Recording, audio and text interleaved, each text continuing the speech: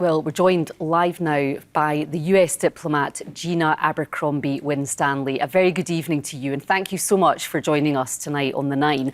I just wonder, is it fair to say that these comments from Antony Blinken about the humanitarian situation in Gaza are perhaps the strongest yet? They are indeed, but they come as no surprise to anyone. There has been a steady ramp up of accurate depictions of what's happening in Gaza from U.S. officials, from the Secretary of Defense, from the Vice President a couple of weeks ago, Secretary of State, and indeed the President.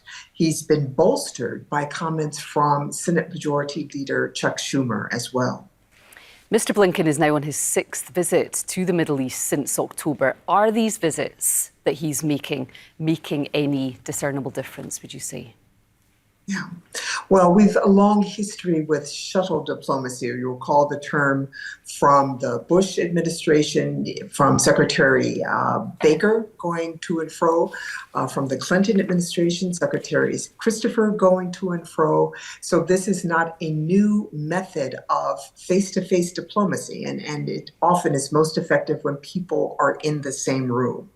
We will be able to judge what the outcome of this diplomacy is, of course, when and if a ceasefire comes to pass. But you can absolutely be certain that pressure is being placed on the Israelis and on Hamas. We must not forget that there are two parties to this, two parties that have decisions to make as leaders to do better for their own people. How much, though, in diplomatic terms, are you able to separate supporting Israel, as the United States does, with also addressing this humanitarian crisis in Gaza, ensuring Hamas, as you just said, lay down their arms and also negotiate to return the Israeli hostages? Absolutely. Well, there are choices to be made. There are costs to any direction that is taken.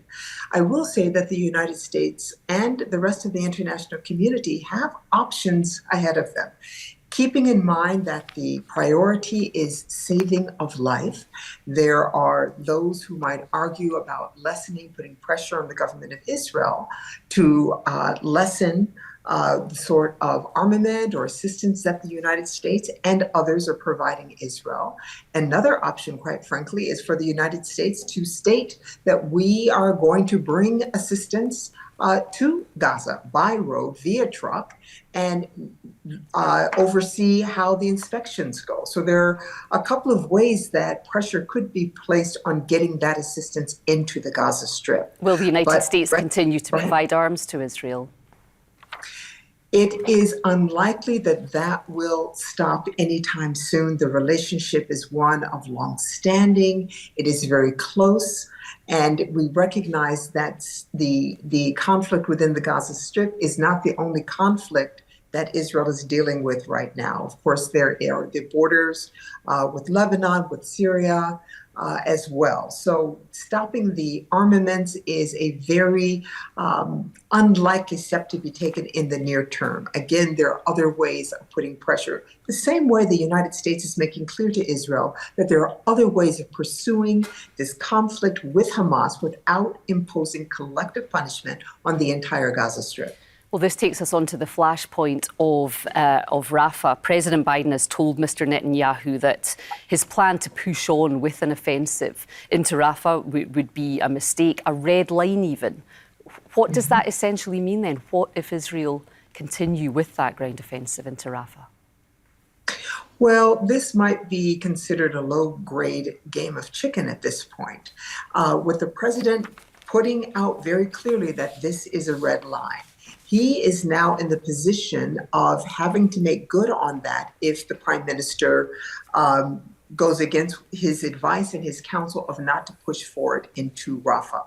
If the Israelis do not do what the United States asked, which is provide a plan that shows that there will be a credible way of protecting civilian life.